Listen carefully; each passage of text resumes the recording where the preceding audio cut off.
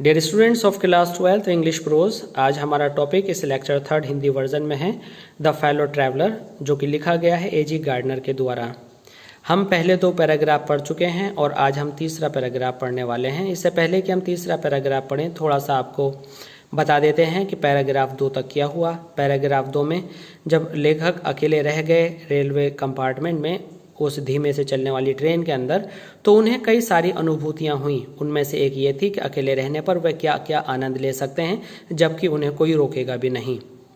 तो बहुत सारी बातें उनके मस्तिष्क में आई कि वे खिड़कियां बंद करें और गोल्फ के स्ट्रोक्स खेलें, कंचे खेलें। अब देखते हैं कि उन्होंने क्या क्या इस तीसरे पैराग्राफ में। तीसरे पैराग्राफ का हमने जो टाइटल रखा है वो रखा है activities of the writer.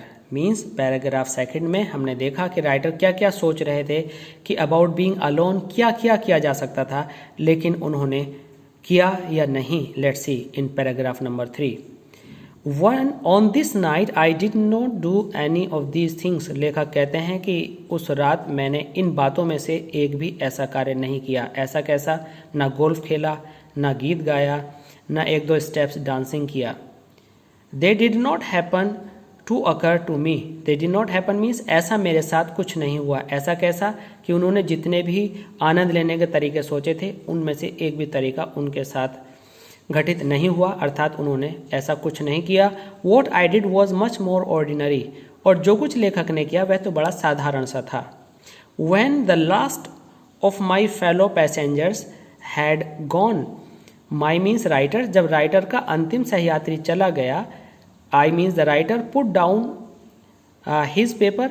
Writer ने अपना पेपर नीचे रखा। Stretched my arms.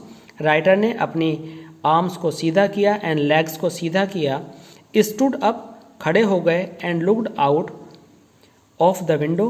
और उन्होंने बाहर देखा खिड़की के। ऑन द काम समर नाइट, उस शांत गर्मी की रात में। Through which I was journeying, जिसमें मैं यात्रा कर रहा था। इट मीन्स लेखक ने कुछ खास नहीं किया, उन्होंने अपने हाथ पैर सीधे किए, खड़े हुए और खिड़की से बाहर देखा जिसमें वह यात्रा कर रहे थे।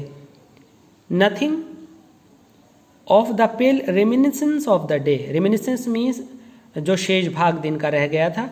पेल रेमिनिसेंस, पेल रेमिनिसेंस मीन्स ऐसा कह सकते हैं कि जब शाम होती है तो थोड़ा दिन पीला और कुछ हल्का लाल सा दिखने लगता है, तो वो पीला लाल सा अंश दिन का एक दिशा में बाकी था और खिड़की से बाहर वही दिखाई दे रहा था। That lingered in the northern sky, जो कि नॉर्दर्न स्काई के अंदर उत्तरी आकाश में कुछ दिखाई दे रहा था। क्रॉस द कैरिएज, लेखक ने डब्बा पार किया। And looked out of other window, फिर दूसरी खिड़की से बाहर देखा। लिट अ सिगरेट, एक सिगरेट जलाई। सेट डाउन, बैठ गए। And began to read again, और लेखक ने दोबारा से बैठ करके पढ़ना शुरू कर दिया। It was then that I became aware of my fellow traveller. और जब लेखक ने दोबारा पढ़ना शुरू किया तब उन्हें पता चला कि भाई उनके कंपार्टमेंट में तो एक दूसरा सहयात्री भी है।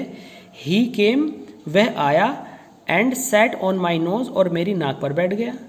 ही was one of those wingy, वह उन कीड़े मकोड़ों में से था जो कि पंख वाले, निप्पी, डंक वाले, इंटरपिड, अशिष्ट, भद्दा तरीका दिखाने वाले, इंसेक्ट कीड़ों में से, दैट वी कॉल वैगली मस्कीटोज, जिनको हम ऐसे ही मच्छर कह देते हैं। अर्थात वह इस तरह का कीट पतंगा था जिसके पंख होते हैं, जिसके डंक होता है, जो कि निर्भीक होता है, डरता नहीं है। एक ऐसा प्राणी, एक ऐसा इंसेक्ट, एक ऐसा कीट पतंगा था जिसको हम यूं ही मच्छर कह देते हैं। I flicked him off my knows.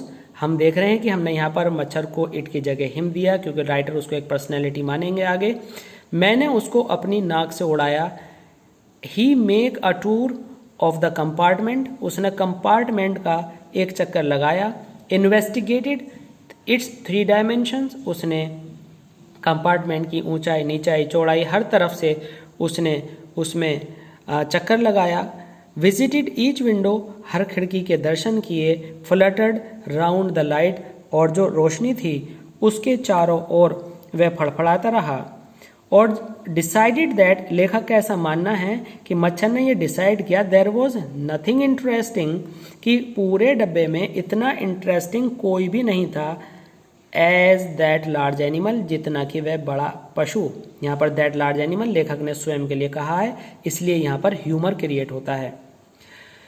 उसने कहा कि मच्छर ने चारों दिशाओं में घूमा, चक्कर लगाया और ये पा करके कि उस पूरे डब्बे के अंदर उस लेखक से बड़ा इंटरेस्टिंग कोई भी प्राणी नहीं है, जो कि इन द कॉर्नर कोने में बैठा हुआ था, came and had a look at my neck, और फिर आकर के लेखक की गर्दन पर बैठ गया। स्टूडेंट्स, आगे का चैप्टर हम जानेंगे लेक्चर 4 में, जिसमें स्टडी करेंगे हम पैराग्राफ नंबर 4। धन्यवाद।